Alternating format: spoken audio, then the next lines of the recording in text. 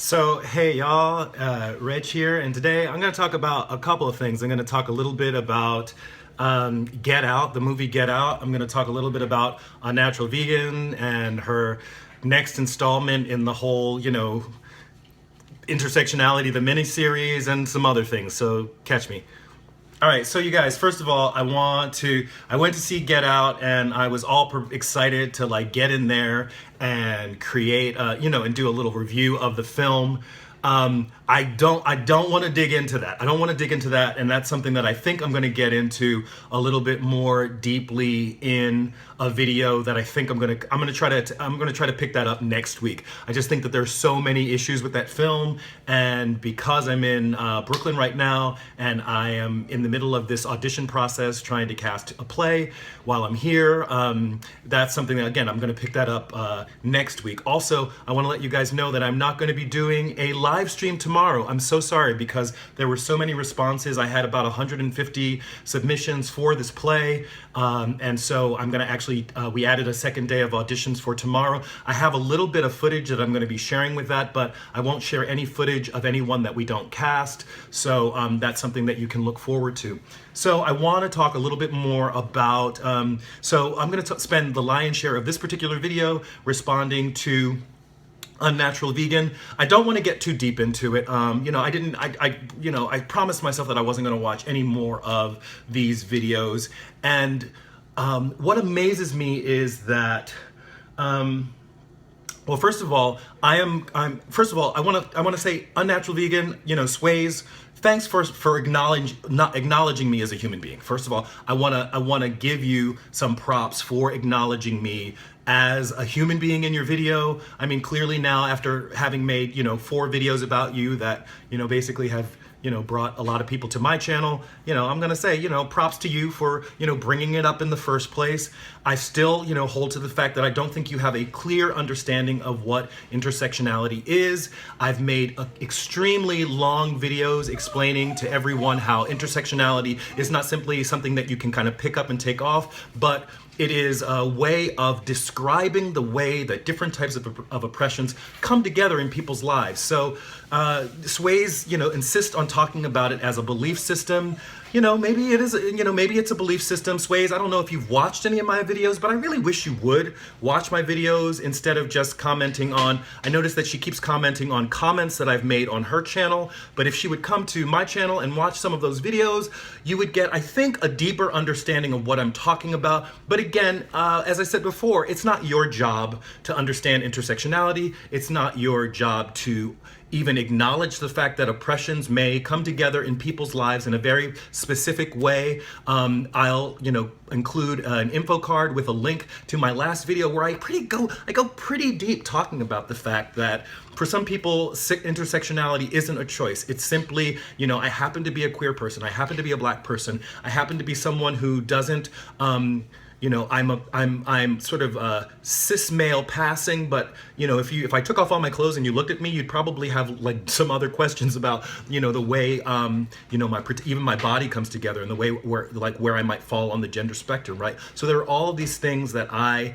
might have to confront in just my day-to-day life, and the only way to describe that experience is as an intersectional one. It's not one oppression that I am dealing with. There are several, again, that come up again and again. I deal with them on a day-to-day basis. And again, intersectionality gives people like me a way to talk about those experiences, right? And so, again, my understanding of intersectionality doesn't come as an academic who's trying to make a point about something. It's not like I'm a Christian or these are things that I'm pretty much born with and that I have to contend with. And so intersectionality for me becomes a way to talk about my particular experiences. It becomes a way for me to analyze the way all those things come together in my life and the way that I have to come up with a particular set of tools to be able to deal with them. So again, the fact that Unnatural Vegan insists on looking at it as a, thing that I pick up and take off. Like, she can't not be, she can be, she's a female, she's a, a white person, right? She's got different things that are coming together in her life. She can't necessarily pick those things up and put them down at will. And in this, it's the same way with people who deal with several forms of oppression. It doesn't make me a victim. It just makes me somebody who is dealing with several different types of oppression in my life. So again, I want to be respectful, but as I said in that last video, it's not really, Unnatural Vegan's place. It's not Sway's place to say whether or not intersectionality is effective. It's not Sway's place to say what intersectionality is. It is not Sway's place to have an understanding of intersectionality. In fact, as someone who pretty much benefits from the status quo, it is actually Unnatural Vegan's place. It is Sway's place to fight to maintain that status quo. So, I'm not looking for you to, I'm not looking to change your mind. It's up to you to make sure that a voice like mine is diminished, is silenced as often as possible. You want to discredit my arguments. You want to, so that's why I'm saying I'm really, really surprised that you even mention my name. I'm surprised that you even talk about me as a person, but you could, if you wanted to, you could direct people to my several videos. You could show clips from my several videos, the way that you might share clips from other people's videos when you don't agree with them. So I feel like there's there's certainly still this attempt on your part not to, fully acknowledge my argument, but just kind of take bits and pieces of it here or there, specifically where I'm responding to other people, right? So, again, Unnatural Vegan, it's not your place to defend intersectionality or understand intersectionality. Your place, your role is to maintain the status quo. You try to say that, intersectionalists are simply being pragmatic. Well, yes. You acknowledge the fact that this is something that is very pragmatic, but there was not a name for the phenomenon of having several oppressions coming at one's person, existing within one's life, being experienced within one's life at one time until Dr. Kimberly Crenshaw, who, for those of you who don't know who that is, I'll include some links, but Dr. Kimberly Crenshaw is the law professor and the Fulbright scholar who created this term specifically to talk about the types of experiences that people who confront several forms of oppression were going, what they were experiencing, and it gave us a way to talk about that. So again, what else do I have to say about that? Not much. Surprising that you're still going on with this. I really thought you had given it up. But clearly you haven't. But as long as you continue talking about it, I'm going to try to continue making clarifications for people who kind of say, well, that's finally set to rest. It is not set to rest.